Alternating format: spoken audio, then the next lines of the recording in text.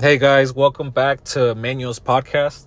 I just realized when I recorded the first episode, I didn't really have a name for this shit. So I slept on it and I'm like, man, what name can I come up with? So I went to Old Reliable and I went on ChatGPT. I'm like, come up with names for my podcast, and I filled out information that I felt was relevant, and they all fucking sucked. So I was like, man, I'll just come up with it. And then it was like right in front of my face. I was like, why not just like name it after myself? So we're gonna call it Manuel's Podcast. And I mean, it is subject to change, but yeah, we'll leave it at that. So for today's episode, not gonna be too long, but should be informative and dense. Today I'm gonna be talking about Rialto, California. So, for those of you who don't know, Rialto is my hometown. I would consider it one of two hometowns. I did live in San Bernardino for a bit, and I did go to school there for college. And I have family there, so I would consider both home since I've lived in both. But I consider all the IE home, really. Like Fontana and Colton, I've taught there. I lived in Rialto and San Bernardino. And yeah, I would consider all the IE home, but Rialto has a soft spot in my heart because I went to school there and I spent most of my time there. So yeah, the first historical episode for this pod will be centered around Rialto. So just some quick facts. Rialto, it's a city in Southern California. It's about 60 miles east of Los Angeles, and I would say like 120 miles north of San Diego, around there, give or take, depending what part of San Diego or LA. Also, it's not a huge city in comparison to LA. The census for 2020 reported that Rialto has a population of about 104,000 people, and that's 5,000 more than the last census, because they do them every 10 years. So the last census in 2010 showed 99,000 people. So the population went up only by 5,000, which kind of surprised me because, like I said, I've been living in the city. So I did see a lot of new shopping centers and things along those lines, apartment complexes, houses. So for the population to only go up like 5,000, I was kind of surprised. But I don't know. Maybe I just had my hopes up for a large population. But just throwing it out there. In my opinion, I thought it would have been more than 5,000 people. But I digress. So where can we start off? Well, how about with like the oldest building? Yeah, so the oldest building in Rialto happens to be an adobe house right by Budbender. For those of you listening, it's kind of near downtown Rialto, but a little more west. It's right by the Rialto police station and right next to the cemetery. I've been to the house once. Never really went inside, but walked by it during a community service that I did. Going off topic, but I had a history teacher. Shout out Mr. Baca. He would offer community service because he was like, his dad was a congressman and he was like a state assemblyman, I believe. So he would offer extra credit for students if they go to the community service.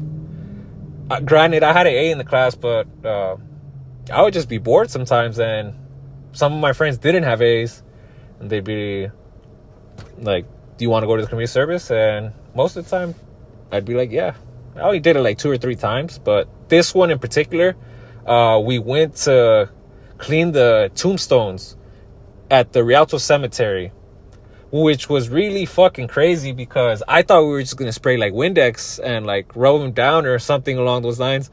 Like, nah, bro, they gave us like some big sticks. They're like jam it under the rock and then like just turn the tombstone to like clean under too.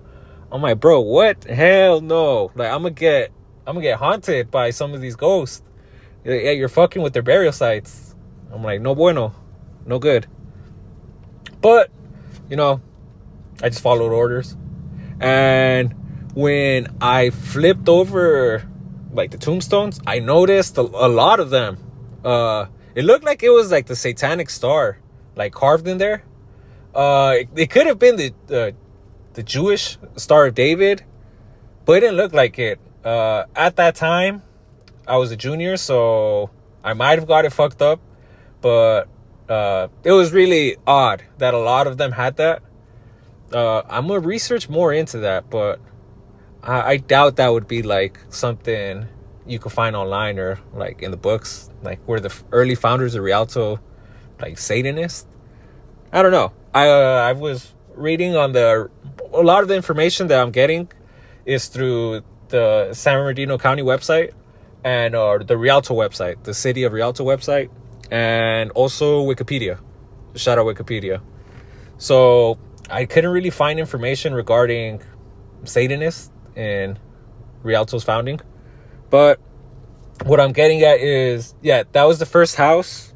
And it was made in the 1850s by this guy named Michael White.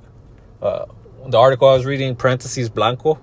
So at the time, California had just became part of the United States, or at least it wasn't part of Mexico anymore, because they seceded this land in 1848 by the Treaty of Guadalupe Hidalgo. So post 1848, California, Texas, New Mexico, Nevada, Arizona, all these states ended up becoming, well, part of the United States. So once that war was over,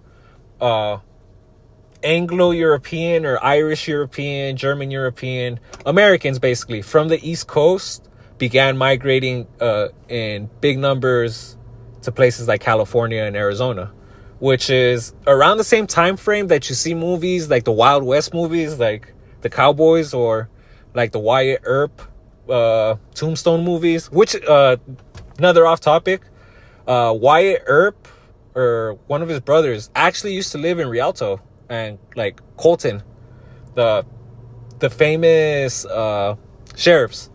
Yeah, they lived here in the IE. Like one of the Earp's house is right in front of Colton High, like literally right in front of Colton High. And I believe another one of the Earps also lived in Rialto by that house in Bud Bender, if the information I'm reading is correct, which is really crazy. It shows you just how old this region is, but also not so old. We like to think 150 years ago is a long time, but if you go to Europe or like the Middle East, there's some buildings that are older than this whole country.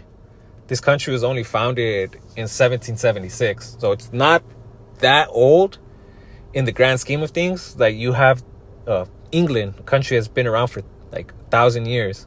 China's been around for thousands of years. These are old societies. The United States is a new country. We're trying things out. So, like I said, that building can be considered old, but it's all in perspective. Some people might consider it a newer house. But moving on. So it was made in the 1850s. The original owners of, before it became part of the United States, this whole region of what we know as the IE, what's modern day Fontana, Rialto, San Bernardino, Colton, and Redlands, all of those cities used to be part of one big rancho. The rancho was called Rancho San Bernardino, and the Mexican government sold off that land, or gave a land grant, better said, they gave a land grant to the Lugo family, headed by Antonio Maria Lugo. So that man got the deed for all this land. It ended up being around 37,000 acres. which is a lot. So if you think about it, that'd be like from Fontana to like downtown Redlands around there. By car, it'll take you like, with traffic, it could take you up to 30 minutes or more. It's a big piece of land, and it was all controlled by one family in the 1840s, the Lugo family. But before they controlled it, the whole land was controlled by the church, the Catholic Church in particular. So if you don't know, Spain and the Catholic Church had a really good relationship. And before Mexico got its independence, it was a vassal of Spain. It used to be part of Spain. So what we now know as Mexico was New Spain. And not just Mexico either. We're talking about all of the Americas, with the exception of the United States, Canada, and Brazil. So this whole hemisphere, the vast majority of it was controlled by the Spanish. And they ruled over it for a long time. We're talking about 300 years or so. So the Spanish first arrived to Mexico in 1519. They entered through Veracruz. So if you guys are familiar with geography, Veracruz is on the eastern side of Mexico by the Gulf of Mexico. Well, I mean, some might call it Gulf of America, but that's for a fucking different conversation. But what I'm getting at is they owned this land for a long time, which is why even now in the modern day, well, we're in 2025. Rialto, no, not Rialto, that's a bad example. San Bernardino, San Diego, Los Angeles, Sacramento, all these big cities are Spanish names. And that means the cities I stated above, Sacramento, San Bernardino, all of those, it's safe to assume they've been here since the Spanish were here. And that is true. So before the Mexicans had it and they gave out land grants, it was controlled by the church. So some of you are thinking, the church? Why would the church have land? Well, it wasn't until modern times that the church had a lot of power, especially in Europe. They were the largest landowners in the continent, without a doubt. In the Middle Ages, the kings were at the whim of the Pope. The Pope was like the most powerful man, even above the kings. He would excommunicate kings, and the kings would come begging, like, to him, like, please, like, let me back in the church, because they were just really fanatical religious people at the time. So the church was everything. This was before like science really took off, or like critical thinking. So if you were on bad terms with the church, you're like, oh fuck, I'm cooked. Like I'm gonna die. I'm gonna go to hell. So they basically just gave the church whatever it wanted, and over time they ended up acquiring large masses of land, and California was no exception. So in the 1700s and 1800s, there was a mission system set up by the Spanish. For those of you who went to school here in California, I don't remember if you guys had to do these mission projects like in 4th grade or like 5th grade, one of the grades in elementary school, where you had to create a mission, one of the missions from California. I remember doing that too. I think I had like San Luis Obispo or something like that. I don't recall exactly, but I remember doing that project. What I'm getting at is the church would establish these missions throughout California. So you could have some like in San Gabriel, San Diego, Monterrey, etc. But there would be a central mission, and missions, think of a mission like a headquarters for the church. And they would have little outposts that are attached to that mission. So the closest mission that the IE had was in San Gabriel. So like the San Gabriel Valley, out towards LA.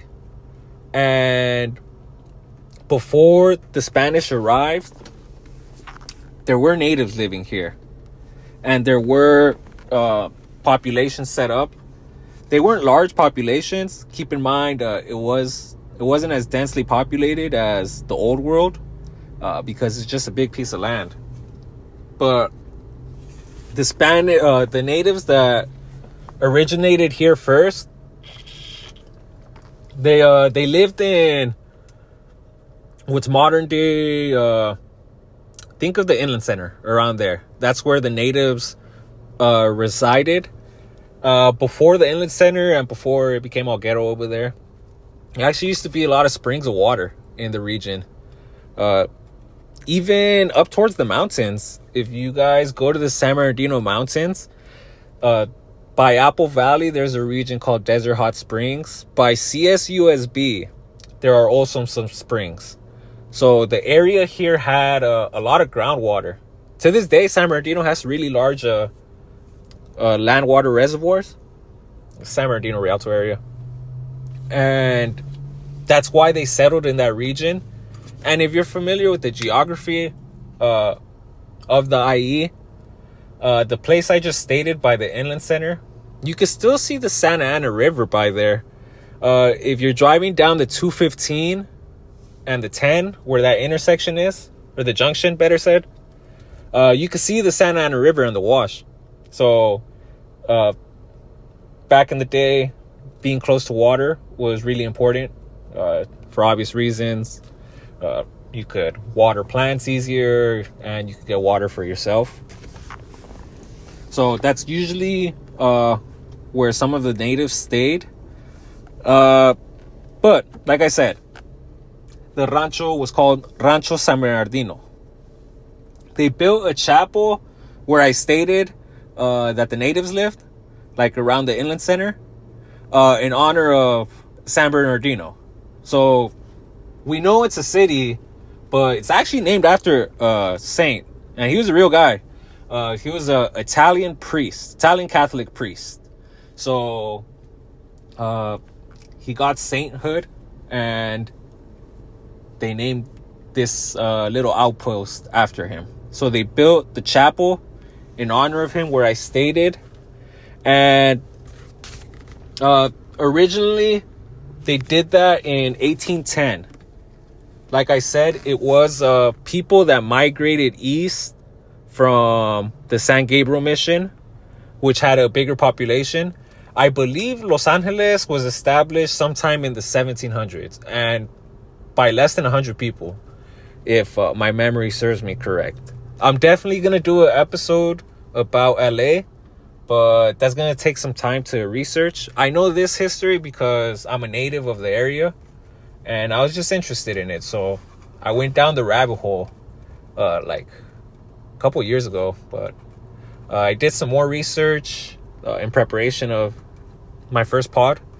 And yeah, I think my memory does serve me correct that LA was established before, and it still translates today. I mean, they have a bigger population than us. I think it's just because they're closer to the coastline, so naturally that's where people tend to settle.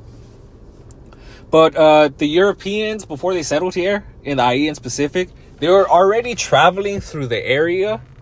There used to be a trail from what's the coast in California that crosses through the desert to Yuma, Arizona. They called it the Mojave Trail. And the natives also used that trail. It was actually them who started it, and then people just began to use it as well, like Europeans. But it would cut through the IE. And the area was settled by the exact name, I'm gonna butcher it, Yuavitam, also known as the Serrano Indians. So if any of you are familiar with the history around here, there used to be a casino called San Manuel. The casino's still there, but it was San Manuel. And then with all this woke things happening, they changed the name to what the natives were called, Yuavitam, I believe. That's what they were called. Well, actually, it's Yamava, but the people were called the Yuavitam. And there was also some people of the Tongva people. Those people were more centered towards LA, but they did reach here. So you had different kinds of natives. The Serrano Indians, though, how they got their name, when the Spanish arrived here, they noticed that it was kind of empty, but people were going up the mountains. So they were asking, well, why are they going up the mountains? Like, it's like, what's the whole point? Then that heat fucking hit them, and then they realized, oh shit, this place is hot as fuck. This was before AC. This was before AC, before like fiber insulation to keep the heat out, all this shit. So yeah, it get really fucking hot. And if those of you hearing are natives of Zai, you know this shit gets hot as balls in the summer. Like, terrible weather. It could be north of 110 sometimes. So the natives, what they would do is they would migrate to the mountains, the San Bernardino mountains, and stay up there during the really, really hot months. And then once it started to cool down, they would migrate down south to where I stated, like present day Redlands, San Bernardino, Colton, around there. I'm sure you had some living in like Rialto, but for the most part, that's where they were centered. So yeah, the Serrano Indians were the natives that populated what's modern day Rialto. And like I said, the other Tongva people, there was already a little village in West Redlands. Think about like kind of like where that water park used to be, borderline Redlands, San Bernardino. And that village was called, I'm gonna butcher this as well, Cauchama. And the Spanish version of that is Huachama. The natives pronounced it Wa'atunga. Wa'atunga. Yeah, I don't know how to pronounce it. But the direct translation to what the natives would say is plenty to eat. So it tells you just how nice this environment was at the time.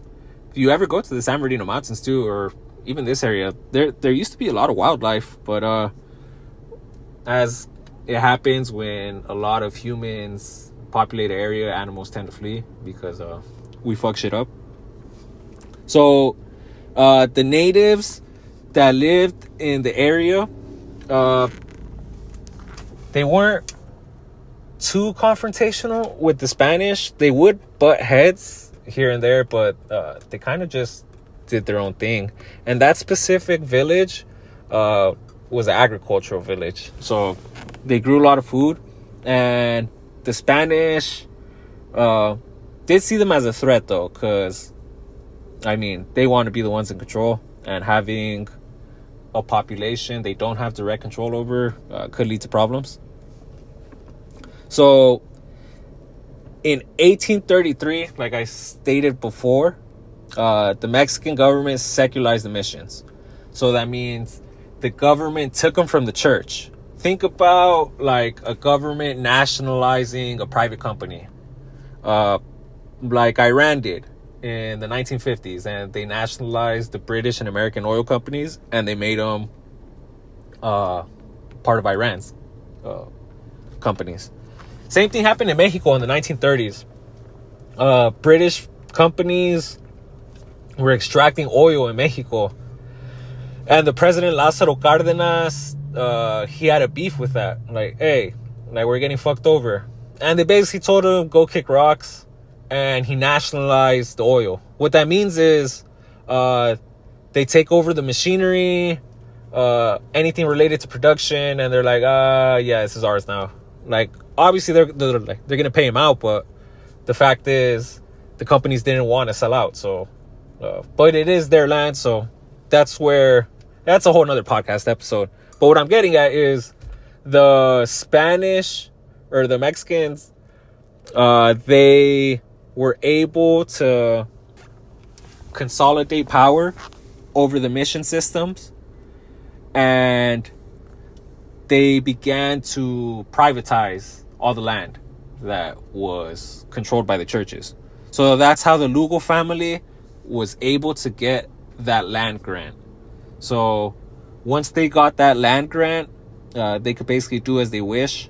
A lot of it was centered around like agricultural production or livestock. Like a lot of the natives here would steal cattle and sheep, things along those lines, in large droves. We're not talking about like, oh, they stole 2 of my sheep. Like, no, they would steal thousands of sheep, like 3,000 sheep. I think I read somewhere on here that a group of raiders, they stole 3,000 sheep from the Spanish in the area. And naturally, that just leads to conflict, because then the Europeans they ain't just gonna let that shit slide, so they're gonna ride. And they're gonna fuck shit up. And more than likely, they're gonna run into women and children who had nothing to fucking do with that, and they're just gonna take out all that anger on them. So it's kind of fucked up, but yeah, it's just the way it went back in the day. So just to add more on the Lugo family, to this day, their name still rings bells in the IE. So if you're familiar with Redlands, there's a lot of schools, like community centers, and even streets called Lugonia. And that's in homage of the Lugo family, Lugonia. Even in San Bernardino and Colton, there's some streets, Lugo Lane, Lugo Avenue. And those are after the Lugo family, which owned all the land, which is modern day IE. So not to little segue, more San Bernardino IE, but it had to do with the natives, which also lived in Rialto, which is why I wanted to give some information regarding that. And in 1851, the Mountain family, another family in the area, purchased part of the Rancho San Bernardino. The part they purchased was most of modern day Rialto. So that's around the late 1800s is when we start seeing distinctions among cities. So if I'm not mistaken, Redlands, Colton, San Bernardino are the oldest cities in the IE. I think even older than Riverside, but I'd have to look that up exactly. I know for sure they are older cities. Colton High is a really old high school. San Bernardino High is also a really old high school. Rialto Middle, the old Rialto Middle, was made in 1910. So these are old schools. Fontana and Rialto were incorporated later, I would say in the early 1900s. And that is probably because more people were centered around the Santa Ana River. And it doesn't really cut through Rialto. It would cut more through like Redlands, San Bernardino area. That's just my theory. And in the 80s, 1887 specifically, there was a train line built from Pasadena all the way to San Bernardino. So this line would have to cut through Rialto in order to reach its destination. For those of you that don't know, but if you're from the area, we have a heavy emphasis on citrus, so like oranges, shit like that. And that's because the soil in this particular area and the temperature is prime for growing citrus. We have what's known as the Mediterranean climate here. There's a chart, the Köppen Climate Index, I believe. And that, what it basically does is it divides the world into different climate zones. And we have Mediterranean weather here in the IE. What that means is we have dry summers and it doesn't get insanely cold here. So that's perfect for oranges because you need like tropical weather to grow citrus. And I mean, it does get cold. Don't get me wrong. It does get cold here in the Inland Empire. But it's not freezing weather where it's like below zero. So you can work around that. I know in the orange groves, when it gets really cold, they put these big 55-gallon drums throughout the groves and they light them on fire. And what that fire does is like it warms the trees. So the fruit doesn't freeze. So like I said, there are solutions to problems such as that when the weather isn't that extreme. What I was getting at is with that train line that they built from Pasadena to San Bernardino, they built packing houses. So think of like little warehouses near the line, because the IE shipped oranges all over the country. Like we were the biggest producer of citrus in the country. And to this day, like I said, like in Redlands, the Citrus Plaza, I know the high school I went to, it was the Citrus League or something along those lines. That was the district, or the district league, I believe. Like I said, we have a good location to grow things along these lines. Excuse me. In that same year, though, 1887, there was a company that was founded. It was called the Semi-Tropic Land and Water Company. They were formed to organize and oversee the distribution of land and water. It would go without saying. It could go without saying that when you start splitting land up and money and things along these lines, any resource, people get confrontational, and it could turn really ugly really fast. So this company facilitated the division of like land and water, and it kind of helped out a lot, because then people aren't out here killing each other for water rights. So that company was the one that was overseeing all these land grants and distribution. At the same time, there was a Methodist colony that was beginning to develop, and they decided to call their colony Rialto, in honor of the Rialto Bridge in Venice. So it was actually a woman who came up with the name Rialto. She was a member of the colony. Her name was Hattie Merrill. And fun fact, actually, Merrill Avenue in Rialto is named after her. And if you notice, if you are a native of the Inland Empire, if you drive down Merrill Avenue from Rialto, heading towards San Bernardino, once you reach Pepper Avenue, Pepper and Merrill, it transitions to Mill. So it changes names because then that's the jurisdiction of San Bernardino.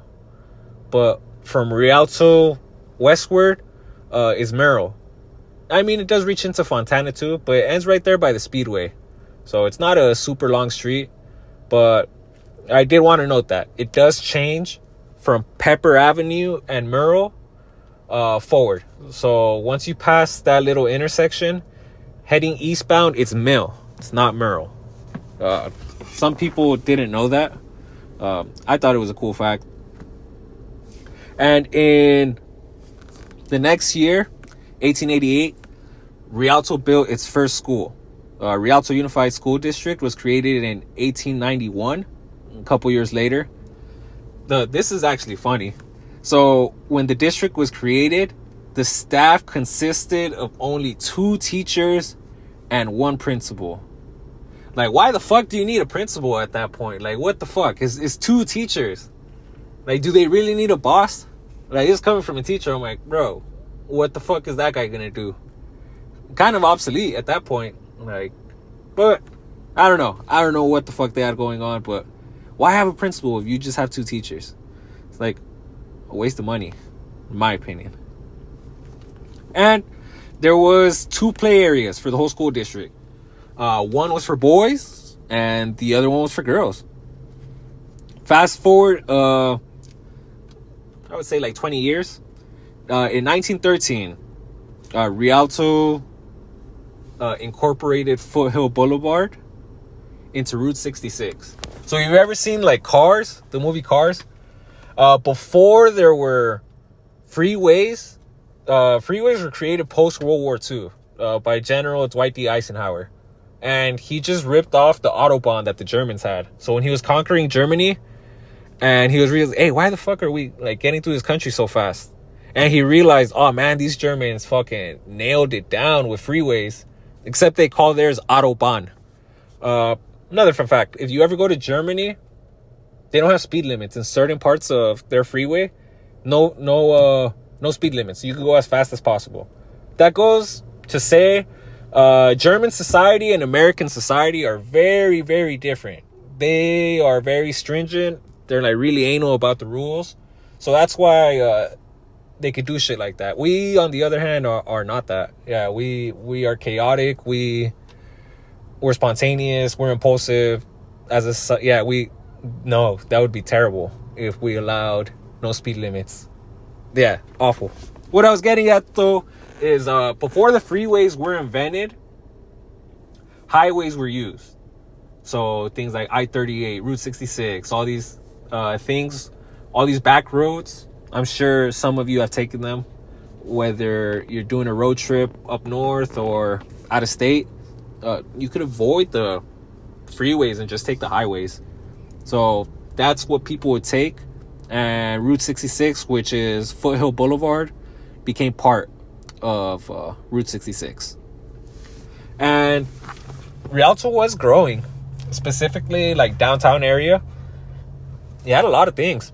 It had some grocery stores, train line, how we were saying, and even a 3-story hotel at one point. So, which is crazy now, because like, if any of you have been to the city, I can't think of one building that's like 3 stories tall. And the city has 100,000 people. It's not some small ass city. So yeah, that really shocked me that at one point 100 years ago, Rialto had a 3-story hotel. And it burned down though. So in 1920, there was a huge fire. And it burned down most of downtown Rialto. And part of that was the 3-story hotel, which sucks. I would have loved to see that hotel. I know they have that Rialto Historical Society, kind of by Hood Grand Coffee. So think of that region around there. That's where that hotel was. Those buildings are around the same age. Every time I try and go there, it's always closed. But yeah, I like to think it was probably something along those lines. I saw a picture, but they were shitty ass cameras back in the day, so it doesn't look too good. I'm gonna try and post it with his video. Like I said, I kind of suck at editing and all that, but hey, I'm picking up as I go along. I just have the information, and maybe I'll get better at editing this shit.